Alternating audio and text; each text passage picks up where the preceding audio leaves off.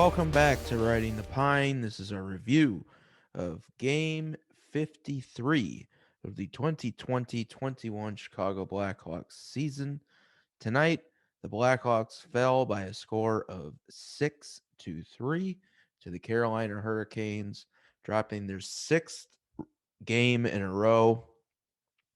But before I get to the review tonight, if you could do me a really big favor, hit that like button down below and subscribe to the channel if you have not done so already. Also, hit that notifications bell. That way, we have to come looking for you. You don't have to come looking for us. You will know exactly when we upload our content, as you will be sent a ping notification to your favorite device of choice. Also, please leave us a comment down below. I'd love to hear any kind of feedback that you might have on the show, as well as any comments or just remarks about something that we say on the show, or something that you want to bring up that we may have missed and not brought up about the Blackhawks, or if you just want to make some generalized thoughts about the season. As you know, we're here at the end of the season, only got 3 games left. So if you want to leave a little remark about what you think overall about the year, please do. And with that, I'll get to the review. Joe is not here. I'm not really sure where he is. I think he's probably watching the Cubs game, but I'm not positive. Um, but yeah, you guys get to stick with me for the night. And, what much is there really to say other than the Blackhawks were just bad tonight? The goaltending was not good. The defense was not good. The coaching was not good. Um, the offense was okay, but not great. Power play was 0 for 3. As we've said all season, if the Blackhawks don't score on the power play, they usually don't win. Um, and yeah, the Hawks were beat pretty favorably at the faceoff circle, 58% to 42%. Hawks actually won the shot on goal battle by having 30 to Carolina's 28. Um, but yeah, uh, not a whole lot tonight to really, be too impressed with. Mike Hardman got his first National Hockey League goal, so congratulations to him. Mackenzie Entwistle also got his first point in the NHL with an assist on that goal. And then Alex Debrincat pumped in 2 goals, one shorthanded, for his 27th and then his 28th goal later on in the third period. Uh, Debrincat looks like he is really trying hard to hit the 30 goal plateau. We will see if he can get there. He needs 2 more goals to do it. There are 3 games left. So either he's got to score uh, a goal per game or get 2 goals in 1 game. We'll see if he can get there and if he can achieve that feat for his career. It'll be the second time that he has scored at least 30 goals in his 4-year career, as well as the fact that he is on pace right now for about 47 goals in an 82-game season. That's insane. He is having an absolute amazing season, is Alex Debrincat. So kudos to him. Again, looking at the team, I thought the standout, other than kind of basically to Brinket, I thought the only other standout tonight was Riley Stillman, who drew back into the lineup. He was a +2 tonight. He was the only defenseman that was positive and played 18 minutes, 26 seconds, had 3 hits, 2 blocked shots.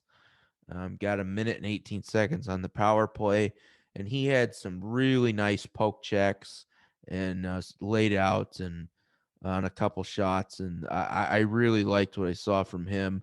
So kudos to him. He was definitely, I think, the standout tonight. Ian Mitchell did not look that great. on several plays. Tonight, he did pick up an assist. So that was, I guess, good to see for him at least. Nikita Zadorov also didn't look very good tonight. Um, Kalanick didn't look that great either. I think they all kind of defensively were not good tonight. They were not good defensively tonight. I don't think Colin Delia was all that good either. A lot of people are, still trying to beat that drum. I don't know why. Look, Colin Delia's numbers were an 846 save percentage. Now I've had to listen for the last 2 weeks, it seems like, how Kevin Lankinen is awful now and not any good. Kevin Lankinen's not the problem with this team. Kevin Lankinen should start the next game on Thursday to end this series. Subban started yesterday. Um, Obviously, Delia started tonight, came in relief yesterday. And now to me, it's Lankinen shot. Put Lankinen out there. And if I'm not mistaken, Lankinen has played pretty well against Carolina. So now, Lankinen's had, 4 days off. He hasn't even dressed. He didn't dress yesterday, didn't dress tonight. So I think it's time to get Kevin Lankinen back in there. You don't want your starting goalie of the future to be getting this rotten of a taste in his mouth for what's going on here. So I know Jamal Mayer said he wanted to see Subban Thursday. I couldn't disagree more with that. Subban has no future here other than as a backup. You start Kevin Lankinen on Thursday if you're Jeremy Colleton. Also in the news, Kirby Dach was taken out of the lineup tonight with having a muscle or a scar tissue inflammation, basically. This sounds a lot like tendonitis. It's nothing to be concerned about. I assume it's probably going to keep him out the rest of the season. This is something that I have dealt with before, just from weightlifting. For those of you who have never had it or never experienced something like this, basically, like when I had it and I had it in my elbow and forearm, my whole arm was swollen, my right arm, and I could like barely pick anything up. It was numb, things like of that nature, and it was itchy. Um, and you basically have to wear a brace, like you just said, broke your arm or whatever in a sling. So it's, but really, it's not that serious. I think my arm was back to normal in like 3 days, you know, but after, I think they just gave me naproxen for it at the doctor's office. And I don't see any reason that this is any different than that. But I don't think there's any point in playing him because if he's going to miss, he missed tonight, that means he's going to miss Thursday. Why put him in the back in the lineup? Just rest him, get him fresh for next year, and play some of your other rookies, see what they can do. I was pretty happy again for Hardman. I thought Suter had a good look on that breakaway that he was sprung on. He's not very good at breakaways, by the way. I don't know why that is, but he's had a couple this season. I don't think maybe he scored on one of them, but um, overall, not that great. I do want to talk about the lines. So with Kirby Dach coming out, it gave Jeremy Colleton the excuse to really go to work with the line blender. And good God, Adam Gaudette was on the first line and played 18 minutes tonight. Was a -2. Only had one shot on goal in 18 minutes. There's part of your offense problem, and that's not necessarily a knock on Gaudette. He just shouldn't be on the first line. Hinostroza played 10 minutes tonight. Hagel played 15. Why is Hinostroza, who's been basically like he has like 7 points in 11 games or something like that since being traded from Florida? Why is he only playing 10 minutes a game tonight? That doesn't make any sense. Then Dominic Kubalik plays 19 minutes. To all the people who are bitching insistently about Dominic Kubalik being this superstar player and needing to play more than 13 minutes a game, he played almost 19 minutes tonight. He played 18:59, 19 minutes. He had one shot on goal. One. Y'all can sit here and tell me how great Kubalik is, and I'm just going to look at you and say you don't know what you're watching. He's not that good. He's a one-dimensional player. He's got a really good shot when he uses it appropriately, and he's an above-average skater, or about an average skater. He doesn't play defense. He doesn't back check. He doesn't forecheck. He's one of the worst forwards on the team, or probably actually on the team, at playing defense in his own end. And then his utilization. He was on the power play tonight. There were several instances where he's circling up at the top on the point. Why is your best shooter at the point?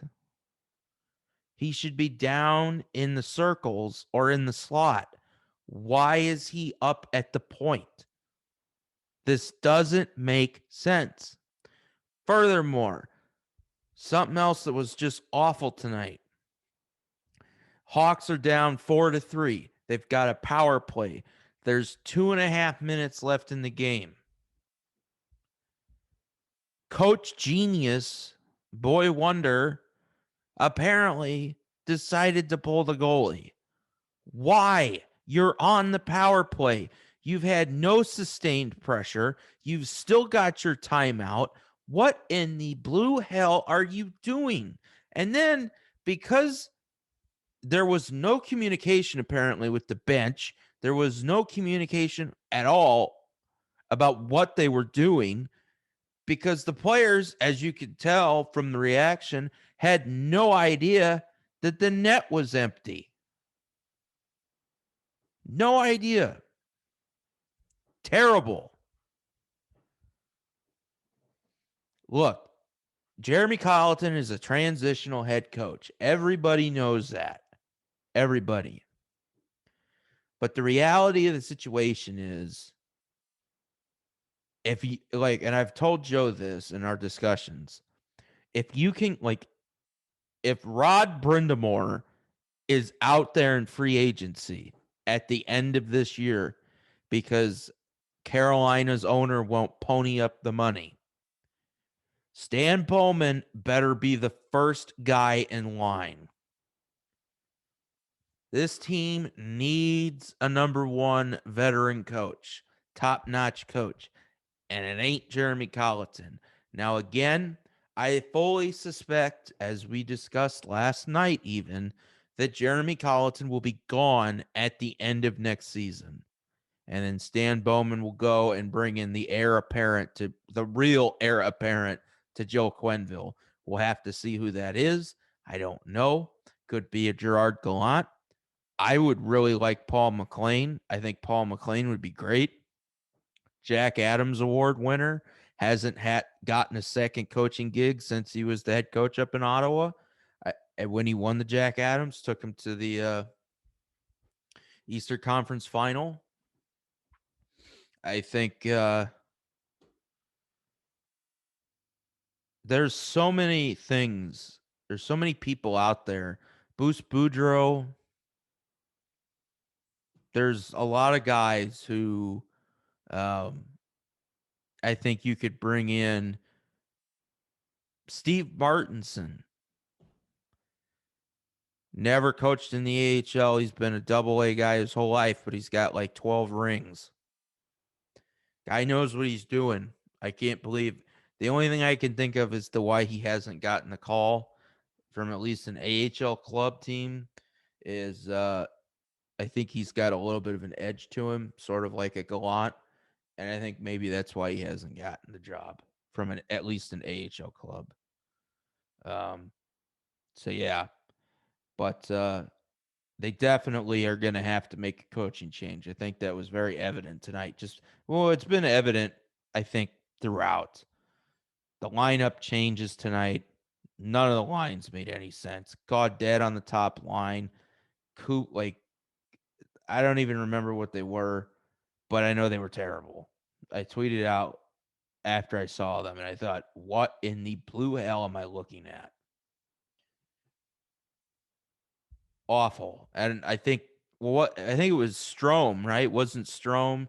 It was Gaudette, Strome, and Kane. And then Debrincat was with Khrushchev and I don't even I don't even know. Like I can't even remember. But like the lines were just fucking terrible. Um and yeah, they just weren't good tonight. Uh I know Colleton said that he liked their effort. I don't maybe in the first period, I guess. But the last 40 minutes were pretty bad. And yeah, I don't know. Coach, if you think that was a pretty good effort, fine, but I don't agree with you. I saw 20 minutes of good hockey, and I saw a really superstar player in Alex Debrincat doing his thing, and that's about it, really. I didn't see much else. I saw a AHL goalie get lit up. I saw a bunch of rookie defensemen get burned. I saw horrible lineup calls. I saw bad coaching decisions. So I don't know where you think this was a better game than the previous game. I don't know. I think they're one and the same. I think this 6-game losing streak has been one and the same. It's the same story. Offense is not any good. I tweeted out this afternoon. Mark Lazarus did a piece, and I can't believe I'm giving him credit for this, but I am. He did a piece in The Athletic about how the Blackhawks, I believe this was his second point that he made in his article. The Blackhawks are the worst team in the NHL at expected goals for at 5-on-5 at even strength. And this is why when I tell you and I've said the Blackhawks don't win if they don't score on the power play. That is why. That's what that metric is telling you. They do not score at 5-on-5. They just don't. Even tonight, one of their goals was shorthanded out of their 3 goals. And out of their 3 goals, 2 of them were scored by the same player. So this team just doesn't score. They like if there's one thing that you have to fix on this team, it's the scoring. You cannot be dead last in the league at goals at 5-on-5. You are not going to win. If they were, just think about this. I'm serious. They're dead last, right? Let's just say they're middle of the pack. So 15th or 16th out of the 31 teams, somewhere in there. Think about that. That means that they'd be scoring their expected goals at 5-on-5 would probably go up by 1 to 1.5 goals at 5-on-5. They're probably in the playoffs if that were the case. Now, are they a contender? No. But like even Joe said, like Joe keeps getting, I think, hung up on that the team is like Minnesota. That's the reference he keeps making. They're like Minnesota. They're good enough to make the playoffs, but they usually get knocked out in the first round. And if they're lucky, they get to the second round and then they get swept by like your old school Hawks or something to that effect. I don't agree with that. For one thing, as I've said, this is a young team, but they can't score. I don't care how bad your defense is. I don't care how good or bad your goaltending is. If you can't fucking score, you're not going to win any fucking games. And I'm going to emphasize that. If you can't fucking score, you aren't going to win. You could sit here and grab one of these beat writers or any of these commentators or any podcaster or anybody that does anything, ask them to opine on who is going to win the game of any sport, baseball, football, hockey, soccer, you name it, doesn't matter. Tennis. If you don't score points, you don't win. It's universal. Look at the Bears. The Bears have been preaching defense wins championships for 30 fucking years. And what do they have to show for it? There's been years where they've had the best defense in the NFL. Top 2, top 3, top defense in the league. And they've been to the Super Bowl once since 1985. Once. And in that Super Bowl, they got their asses kicked against, in my opinion, not a very good Indianapolis Colts team. If you can't score, you're not going to win. That's just the reality. And here's the point. I've said it and said it and said it and said it and said it over and over and over again. With the defense, you can't properly evaluate your defense if you can't control. Look, if you'd never have control of the puck, which the Hawks don't, which is why their possession metrics are bottom of the league, which is why their expected goals are so low. So when you have those two things, they're correlated, and you're constantly chasing the other team, and you're constantly hemmed into your own fucking zone all the time, what happens? Your defense gets worn out, and on top of that, your goalie gets worn out, assuming there's a lot of shots, whether they're on goal or not, just shot attempts, because the goalie has to play his position. It's not just shots, folks. It's shot attempts. It's pressure when they're hemmed in their own zone. And like so in this year, when you have a lot of rookies or not necessarily even rookies, but inexperienced D, you have breakdowns like tonight. You had a big, fast team in Carolina that's really good at two-way play, really good defensively, clogging up the zones. And sure enough, the defense got caught time and time again tonight. Like I said, Riley Stillman had a couple nice defensive plays. That's about it. The only two bright spots to me, in my opinion, tonight were Riley Stillman and Alex Debrincat. Sure, it's a nice story that Hardman got his first NHL goal and that Entwistle got his first assist. That's taken nothing away from them. But you know what? I got to look at the whole picture.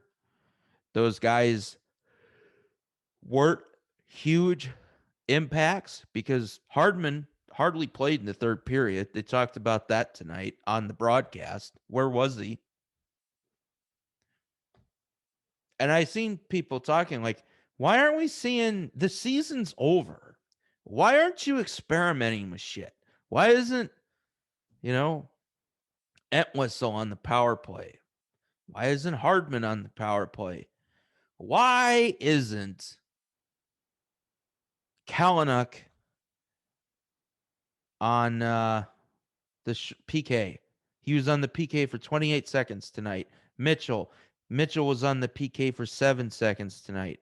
Zadorov, 2.5 minutes or 2 minutes and 20 seconds. Murphy was just at 1:45. Keith, over 3 minutes. Why are we paying? These games don't fucking matter. Why are we playing Duncan Keith that much? Why? Duncan Keith, 4.5 minutes on the power play. Why are you doing that? This is what I'm talking about. I talked about this last night. They're supposedly going all in on their youth movement. No, they're not. No, they're not. Tonight, they're supposed to, again, they say they're going all in on youth. 37-year-old Duncan Keith tonight in a game that means nothing. 4 minutes, 38 seconds on the power play, 3 minutes and 17 seconds on the PK. The only young player that got time on the PK was Riley Stillman. The only young player that got time on the power play was Wyatt Kalynuk at 1:22. The Hawks had 3 power plays tonight. That's 6 minutes of power play time. And you could only afford to give Wyatt Kalynuk a minute, not even a minute and a half. You couldn't put Ian Mitchell out there. You couldn't get Ian Mitchell out on the PK for more than 7 seconds at the end of a shift change. These are the kind of, this is what I'm talking about. These are the kind of decisions that are just baffling. They're baffling. The season's over. These games don't matter. Why are you not playing the kids and getting them this experience against the top team in the National Hockey League?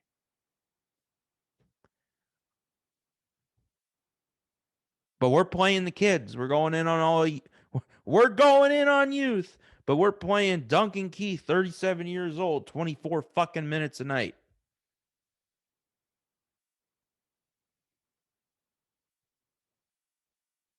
Ridiculous. By the way, Patrick Kane was on the ice for all 6 goals tonight. He was a -4 and he had 2 assists. Think about that.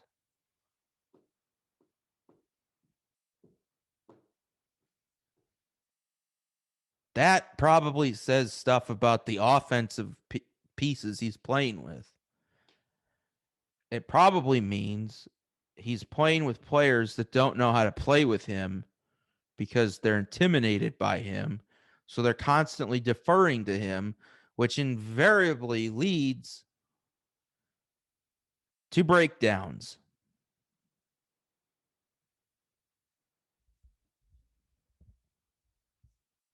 Alex Debrincat was on the ice for 3 goals tonight.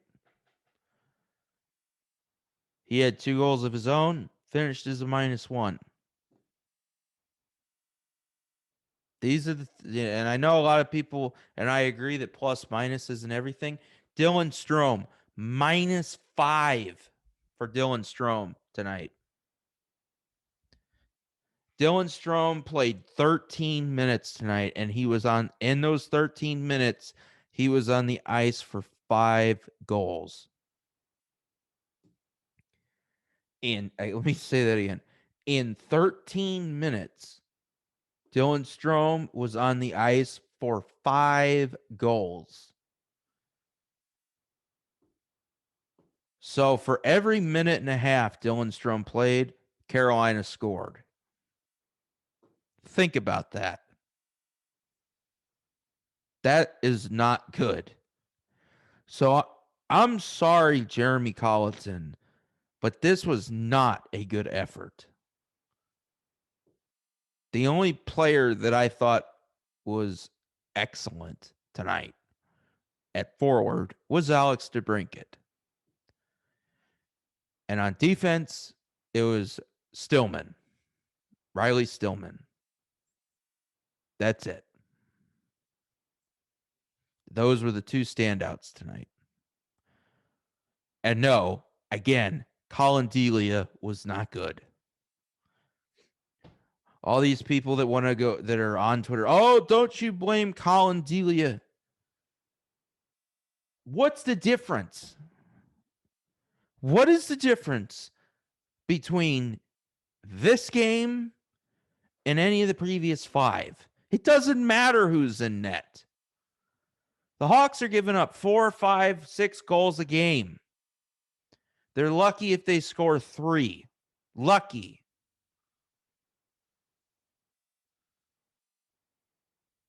Anyway, that's going to wrap up this episode of Riding the Pine. I thank you all for listening. We will be with you on Friday morning with our review of Thursday night's final matchup of the season between the Chicago Blackhawks and the Carolina Hurricanes. For those fans that want something to do, that are hockey fans, not casuals, keep your eye on the LA Kings, the Calgary Flames, and the Vancouver Canucks. Last I looked, before I jumped on here, Vancouver was beating Edmonton 1-0. And the reason I say to watch the Vancouver Canucks, the Calgary Flames, and the Los Angeles Kings is because those are realistically the teams that can leapfrog the Hawks, which would put the Hawks into better drafting position. So that's what I would look at, those 3 teams. And as I've been saying all year, seriously, I mean this, take care of your friends, make sure they're doing okay. Check in on them. Check in on your family members if you haven't heard from them. It seems like we're finally coming out of this bullshit that we've been going through over the last year and a half now, actually. And yeah, again, thank everybody for listening, and chin up. Brighter days are ahead. I really believe that, both in terms of real life and for our Blackhawks. So keep it positive, and we'll see you Friday morning with our review. Until then, let's go Hawks.